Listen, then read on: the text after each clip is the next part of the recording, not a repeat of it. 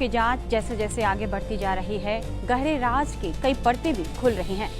अल फलाह university से कई आतंकी डॉक्टरों के पकड़े जाने के बाद यह यूनिवर्सिटी अब न केवल चर्चा में है बल्कि ईडी के निशाने पर भी आ गई है। दिल्ली ब्लास्ट के आतंकी डॉक्टरों की पनाहगार रही फरीदाबाद की अल फलाह यूनिवर्सिटी पर ईडी का शिकंजा कस गया है। ईडी ने यूनिवर्सिटी के चेयरमैन जवाद अहमद सिद्दीकी को गिरफ्तार करने के बाद 19 नवंबर को उन्हें साकेत कोर्ट में पेश किया। ईडी ने दिल्ली धमाके से जुड़ी मनी लॉन्ड्रिंग जांच में दिल्ली एनसीआर में कई ठिकानों पर छापों के बाद जवाद को 18 नवंबर को गिरफ्तार किया था। जांच एजेंसी ने बताया कि सिद्दीकी ने अल फलाह यूनिवर्सिटी के जरिए छात्रों, उनके माता पिता को मान्यता प्राप्त संस्थान बताकर गुमराह किया और इसके जरिए 415 करोड़ से ज्यादा की अवैध कमाई कर ली। ईडी का दावा है कि प्रमाणन और मान्यता के झूठे दावों के आधार पर आपराधिक आय उन्होंने अर्जित की। ईडी ने यह भी कहा कि आरोपी के पास पर्याप्त वित्तीय संसाधन और प्रभाव है, उसका गंभीर आर्थिक अपराधों का इतिहास है।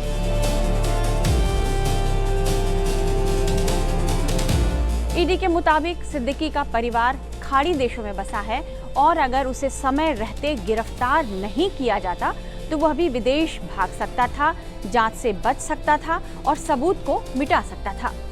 18 नवंबर की सुबह ईडी ने दिल्ली और हरियाणा में यूनिवर्सिटीज के ट्रस्टियों और प्रमोटर्स से जुड़े 25 ठिकानों पर छापा मारा था। इस दौरान दस्तावेज की जांच में कई गड़बड़ियां पाई गईं।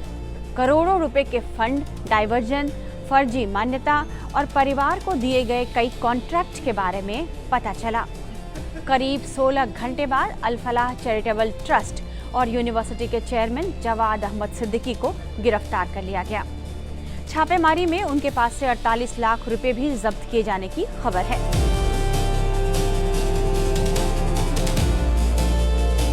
ट्रस्ट और यूनिवर्सिटी के लेन देन और फंडिंग पर जवाद का ही पूरा नियंत्रण माना जाता है। ईडी ने कोर्ट को बताया है कि जवाद सिद्दीकी संस्थापक और प्रबंध ट्रस्टी है और अल फलाह चैरिटेबल ट्रस्ट का हर शख्स उसके इशारे पर ही काम करता था। ईडी ने कोर्ट को यह भी बताया है कि 1990 के दशक के बाद अल फलाह ग्रुप ने तेजी से तरक्की हासिल की और एक बड़ा शैक्षणिक संस्थान बन गया, लेकिन इस ग्रुप की वित्तीय स्थिति और उसकी संपत्तियों में बड़ा अंतर पाया गया है, जिससे काफी संदेह पैदा हो रहा है।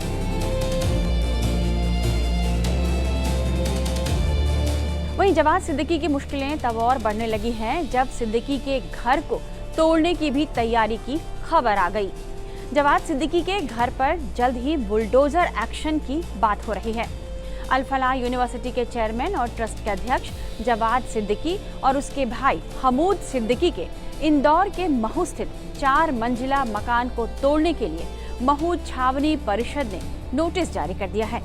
इसमें मुकेरी मोहल्ला स्थित मकान को अनधिकृत निर्माण बताया गया है। 3 दिनों में अनधिकृत निर्माण हटाने को लेकर कहा गया है, अन्यथा कैंट बोर्ड खुद ही मकान को ध्वस्त कर देगा और इसका खर्चा कब्जाधारी से वसूलेगा। कैंट बोर्ड की ओर से मकान पर नोटिस भी चस्पा कर दिया गया है।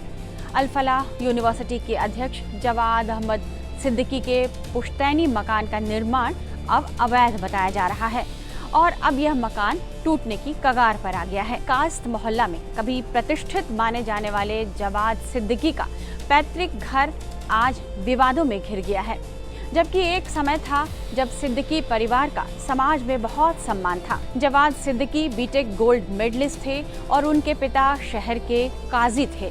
एक समय था जब सिद्दीकी परिवार का समाज में बहुत मान सम्मान था, लेकिन आज जवाद सिद्दीकी से जुड़े विवादों ने उस छवि को धूमिल कर दिया है। जब जवाद सिद्दीकी ने अल फलाह यूनिवर्सिटी शुरू किया था तो उनके इलाके में काफी खुशी थी और लोगों ने यह माना था कि एक मुस्लिम समाज का एक आदमी आगे बढ़कर इतनी बड़ी यूनिवर्सिटी बना रहा है जिसमें कि अल्पसंख्यक समाज के बच्चों को पढ़ने का मौका मिलेगा। लेकिन यह यूनिवर्सिटी तो आतंक के डॉक्टरों का पनाहगार बन गई और ना जाने कितने निर्दोष और मासूम छात्रों का करियर भी अब तबाह होने की कगार पर पहुंच गया है। इस तरह के तमाम एक्सप्लेनर्स और बाकी खबरों के लिए आप बने रहिए टाइम्स नाउ भारत के डिजिटल प्लेटफॉर्म के साथ।